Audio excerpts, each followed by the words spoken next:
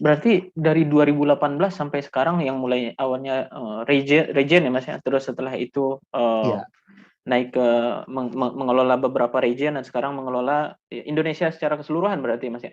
iya dari sisi Dari strategi. sisi strategi. Gimana Mas? Kok bisa akselerasi karir kenaikan role-nya ya Mas ya, kenaikan role-nya itu bisa secepat ini. Gimana Mas? Ya tentunya pertama-tama ya saya cukup bersyukur, sangat bersyukur Hmm. malah ya kan di Gojek dipercaya dan bisa belajar banyak. Hmm. Background saya sebelum Gojek itu Nah, 100% strategi ya kan, 100% strategi dan corporate finance. Jadi hmm. prior to joining Gojek, saya bekerja kebanyakan di Singapura. Hmm. Yang saya lakukan adalah ya jual beli perusahaan, bantu merger and acquisition, Hmm. finance banget lah ya kan, Hmm. dan strategi. Nggak banyak nggak banyak keterlibatan di operational ya kan, untuk Hmm. mengeksekusi sesuatu itu nggak banyak. Jadi pertama kali masuk Gojek saya tuh belajar banyak soal operations. Hmm. Benar-benar Di city owner atau region tadi ya Mas ya? ya kan benar-benar Hmm. harus turun ke lapangan kan. Kalau Hmm. nggak kita nggak tahu tuh Iya. user di Sumatera tuh kayak gimana, Hmm. mitra-mitra kita di Cilacap itu maunya apa Hmm. gitu kan. Jadi ya banyak banget turun dan banyak banget hal-hal yang bersifat taktikal yang harus kita handle gitu kan. Hmm. Kalau misalnya kadang-kadang kita dapat consumer complaints gitu, what Hmm. are we gonna do about it ya kan? Atau misalnya drivers kita diperlakukan dengan tidak sepatutnya gitu atau dirugikan Hmm. gitu ya kan, bagaimana kita bisa berdiri untuk ada di pihak yang netral dan menengahi perselisihan yang ada. Nah itu kan skillsnya berbeda banget ya kan, Iya Mas. dari sisi bagaimana kita mengapproach masalahnya sampai bagaimana kita menyelesaikan masalahnya itu kan berbeda banget dengan Hmm. framework saya yang dulu itu benar-benar nggak ini sih, nggak kepake sama sekali, hampir benar-benar relearn istilahnya ya Hmm. kan. Dan ada beberapa yang saya unlearn gitu kan. Yang saya Ah. unlearn itu biasanya strategi komunikasi sih, karena saya hanya tahu satu metode strategi komunikasi. Hmm. Strategi komunikasi itu mesti terstruktur ya kan, orang mesti tahu kita tuh mulai dari mana, kita itu mau kemana, dan step-stepsnya apa aja. Ternyata Hmm. ya strategi tersebut harus saya unlearn. Strategi komunikasi saya itu mesti lebih luas gitu ya kan. Hmm. Kalau misalnya berkomunikasi dengan orang yang latar belakang sosial ekonomi atau pendidikan yang berbeda, kadang-kadang mesti ada strategi yang lebih appeal ke personal gitu kan. Yang penting mereka suka sama kita. Walaupun yang Hmm. dibicarakan sebenarnya nggak relevan, muter aja di Hmm. situ, kan, personal approach atau appeal to value misalnya, ya kan. Hmm. Oh Rahim ini kira-kira yang penting tuh apa? Oh ternyata yang paling penting buat Rahim ini adalah keluarga gitu kan. Jadi Ya. kayak basa-basi gimana anak, Ah, gimana iya. keluarga segala macam. So ya benar-benar apa ya, learn, Hmm. unlearn, and relearn Hmm. di tahun pertama Gojek saya gitu kan. Nah yang menurut saya yang paling mengakselerasi karir saya itu adalah krisis, adalah COVID di Hmm. 2020. Di situ kan kita selalu tahu kan, there is always opportunity in crisis. Kan Iya. banyak Hmm. orang justru yang flip the table ya kan, Iya. dari berubah 180 derajat karena Iya Mas. krisis. Hmm. Saya termasuk salah satunya gitu. Saya Hmm. selalu meragukan diri saya sendiri gitu. Mungkin saya selalu merasa sebelumnya leadership saya itu hanya bekerja di situasi yang aman-aman, yang Hmm. normal, yang Iya. nggak bergejolak. Tapi saya nggak pernah merasa diri saya itu bisa lead in a crisis gitu. Hmm. Let alone crisis yang sebesar COVID, di mana saya ingat banget 2 bulan pertama itu income mitra-mitra kita itu turun 70%. Oh. Hmm.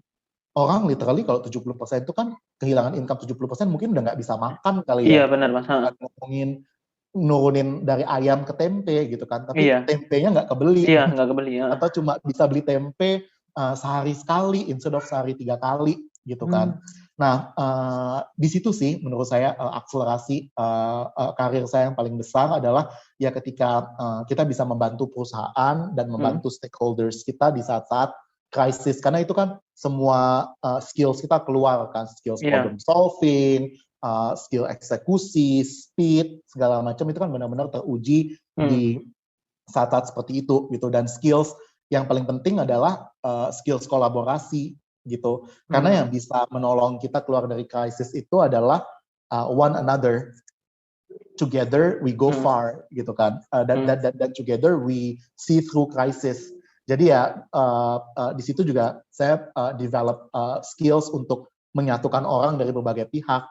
Misalnya bekerja sama gubernur lokal, bekerja sama dengan menteri lokal, menteri yang terkait gitu kan, bekerja sama dengan wakil dari mitra, wakil dari UMKM, gimana sih kita mau ngasih intervensi seperti apa di masa-masa seperti ini. Dan 2020 kita lewati terus terang dengan sangat baik kalau menurut saya pribadi ya. Mungkin ya karena kita ngomongin skala ya jutaan mitra, tentunya kita nggak bisa membahagiakan semua orang. Benar Mas. Ya kan? Tapi setidaknya kita bisa membuktikan bisnis kita resilient.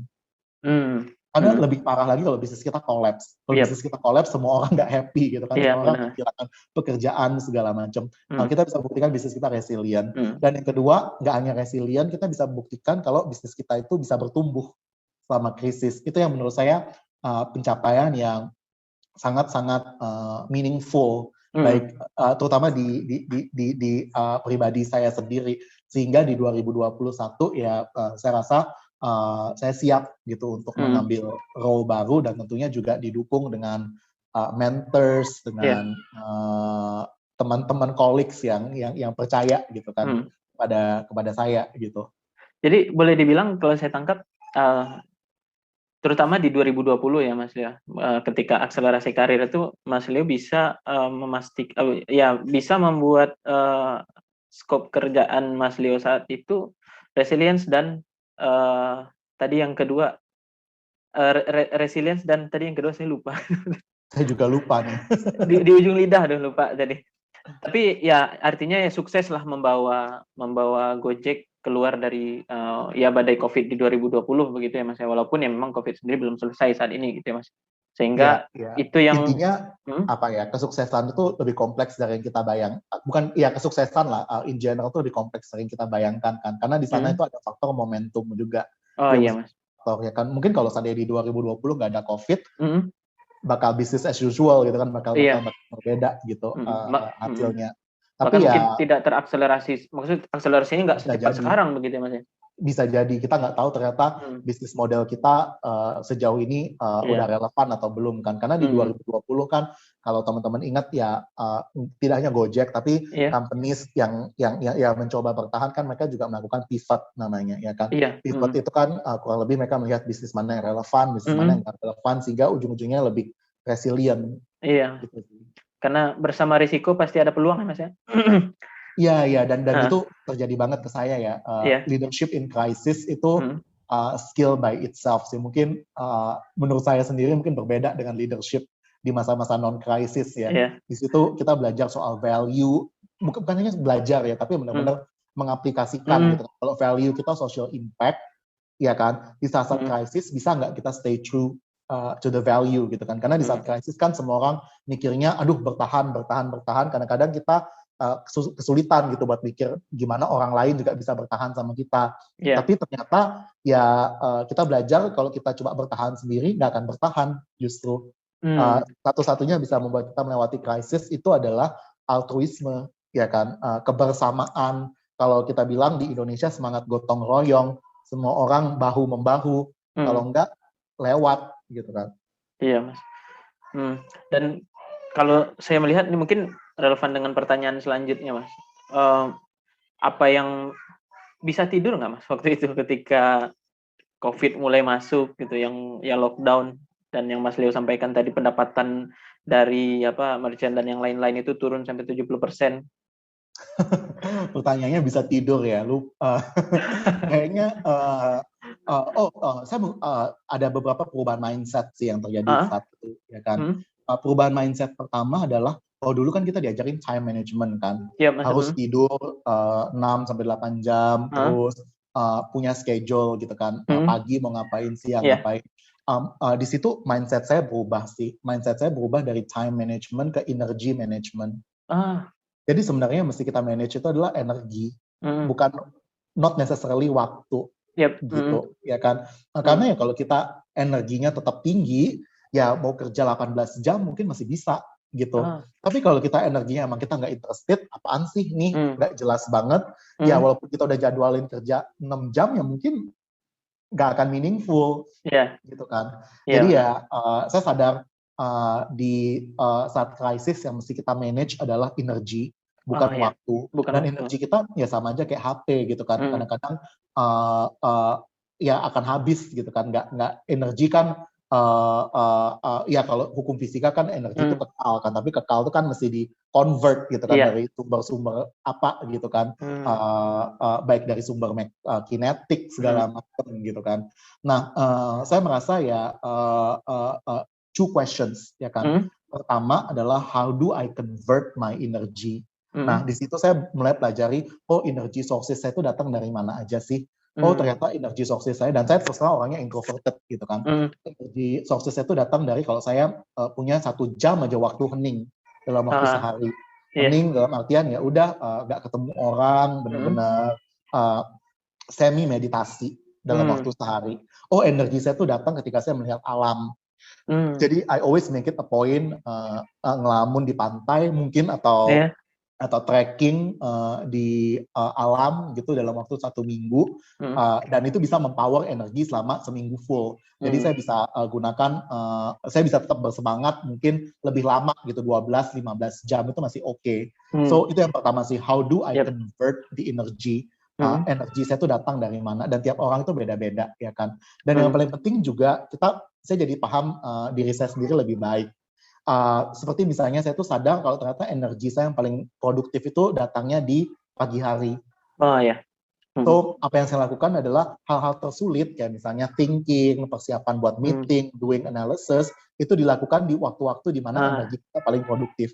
Jangan sampai kebalikannya. Jadi saya tuh balas WhatsApp, balas email, chatting sama orang tuh di pagi hari. Karena sayang banget, itu waktu saya yang paling produktif gitu kan. Dan di saat saya udah mulai capek, itu biasanya itu jam 4 ke atas. Jam 4 ke atas saya udah mulai capek, udah mulai, ya kalau meeting mungkin nggak se-sharp kalau meeting pagi hari gitu kan. Oh ya di situ saya mulai, oh ya mesti balas email, mesti balas WhatsApp, gitu-gitu sih. Sama yang kedua, ya how do I conserve my energy. Ya kan, setelah tadi kita tahu dari mana kita bisa mengkonversi energi untuk mengisi diri kita. Yang kedua, dengan energi yang ada, gimana kita bisa mengconserve energi tersebut. Nah, menurut saya tips yang paling praktikal untuk mengconserve energi adalah do problem solving itu dalam team setting. Jadi kita dapat energi dari orang lain juga, dan kita bisa menghemat energi kita. Karena menurut saya kalau masalah yang very complex, ada 2 tips untuk problem solvingnya. Tips yang pertama adalah surround yourself with experts, ya kan. Jadi selalu libatkan orang yang kalian rasa lebih pintar atau lebih tahu daripada kalian. Baik kalau kita di Gojek, syukurnya kita punya banyak experts, ya kan. Kita itu punya antropologis itu yang benar-benar mengerti gimana dinamika emosi dari mitra driver, gimana dinamika emosi dari masyarakat lah pada umumnya. Ya kan, dan kita nggak bisa sok tahu gitu kan, oh I know what my drivers feel gitu kan, padahal bisa jadi enggak gitu, karena kita nggak bisa relate aja. So number one, kelilingi diri kita dengan ahli, dengan experts, atau setidaknya kalau nggak punya experts, orang yang kita rasa lebih pintar deh daripada kita, ya kan, jangan sampai kita yang paling pintar. Kalau kita yang paling pintar bahaya justru kan. Sama yang kedua ya, do it in a team setting. Itu akan mungkin energi yang dibutuhkan bisa sepersekian, jadi kalian bisa save energi buat sesi-sesi yang lain. So I always do it yang ngumpulin tim. Oh kita butuh tim produk, kita butuh tim marketing untuk melakukan ini. Udah, we do it together. Gitu. Apalagi di saat COVID seperti ini ya Mas. Apalagi di saat krisis. Mungkin itu sih membuat yang membuat. Jadi eventually waktu tidur nggak masalah, as long as kita punya energinya gitu kan. Yang bahaya adalah kalau kita nggak punya energinya. Kita bisa aja cukup tidur tapi ya we still feel tired. Kita tetap merasa capek, nggak bersemangat. So ya itu time management ke energy management. Nah mungkin ini lanjut ke pertanyaan selanjutnya nih Mas. Mungkin menurut saya juga relevan nih Mas. Apakah energi yang Mas Leo dapatkan saat ini itu berasal karena ya Mas Leo suka dengan pekerjaan Mas Leo sekarang begitu? Iya, itu betul. Iya. Karena ya manusia pasti punya pasti punya personal bias gitu kan. Iya, Kalau kita benar. sesuatu kita lebih excited, kita lebih bersemangat Iya. gitu. Kalau kita nggak suka sama sesuatu, tapi menurut aku suka nggak bisa bikin kita egois gitu kan. Iya. Kita juga nggak bisa hanya mengerjakan apa yang kita suka, atau kita tidak mau mengerjakan apa yang kita nggak suka, ya kan. Saya merasa doing what is right is more important than passion, ya kan. Melakukan sesuatu yang benar itu jauh lebih penting daripada kesukaan pribadi kita. Jadi saya selalu menanyakan ketika saya dikasih tugas gitu, is it the right thing to do? Ini hal yang benar nggak ya buat kita lakukan? Gimana sih cara kita melihat benar atau salah? Ya kita pikirin, oh kira-kira ini bisa membuat hidup siapa lebih baik gitu kan? Apakah hidup kita sendiri doang gitu, atau ternyata oh ini justru bisa membuat hidup banyak orang lebih baik gitu kan?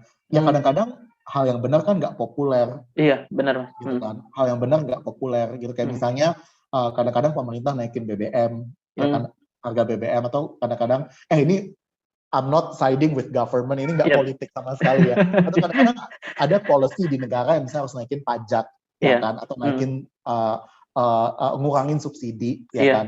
Ya itu mungkin nggak populer gitu. Tapi we ask ourselves, is it the right thing to do atau enggak? Gitu kan. Karena saya belajar banget dari salah satu mentor saya yang saya paling respect, yang saya paling hormati. Leadership is not a popularity contest. Leadership is about doing the right things. Gitu. Jadi ya saya nggak pernah men-set mindset saya buat jadi popular leader. Saya ingin jadi ya leaders yang benar-benar bisa make a positive difference, yang bisa membuat suatu perubahan positif.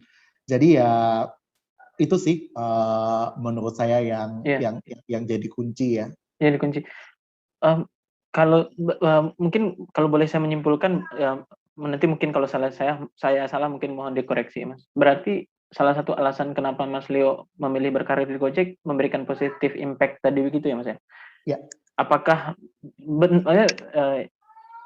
tadi Mas Leo mengatakan ya bukan masalah passion atau nggak passion, tapi lebih kepada apakah ini benar atau enggak gitu. Dan Mas Leo merasa bekerja di Gojek itu benar gitu, Mas? Iya. Tapi ya tentunya pertimbangan pasti kompleks kan. Benar, kita join sesuatu. Ada research yang menarik. Kalau kita research top talents, misalnya top talents itu ya mungkin yang kualifikasinya baik, talent-talent yang kualifikasinya baik. Sekarang itu terjadi suatu perpindahan. Kalau dulu orang ngikutin perusahaan, ya kan, people want to work for big names, ya kan, kayak misalnya Coca-Cola, GE, General Motors, gitu kan. Itu masih relevan, orang pasti pingin banget bisa berkontribusi untuk brand yang besar, tapi terjadi shift juga, people want to work for leaders sekarang. Ya kan, orang itu merasa penting banget di suatu lingkungan itu dia bekerja dengan siapa, dan dia itu bisa belajar dari siapa gitu untuk membuat suatu keputusan karir. Dan saya merasa Gojek ya, ketika saya ingin pindah ke Gojek, saya merasa ini orang-orang yang saya ingin banget kerja bareng sih. Ya kan, I mean beyond the mission ya, of course the company's mission kan Indonesia banget kan, social impact, UMKM segala macam. Tapi ya yang sama pentingnya juga ya, saya melihat gitu, saya bisa belajar nggak sih bukan dari perusahaannya, tapi dari orang-orang yang saya kerja bareng gitu. Dan ternyata saya merasa these are the people yang saya ingin kerja bareng, dan saya ingin belajar dari mereka. Itu sih yang membuat jadi satu paket yang komplit ya. Misinya menarik, sesuai dengan misi pribadi saya, dan orang-orangnya juga they're exciting people gitu kan, to work with. Menarik, Mas. Apa sebelum Mas Leo masuk ke Gojek, Mas Leo sudah tahu maksudnya dengan mission seperti itu, people yang ada di dalamnya seperti itu gitu?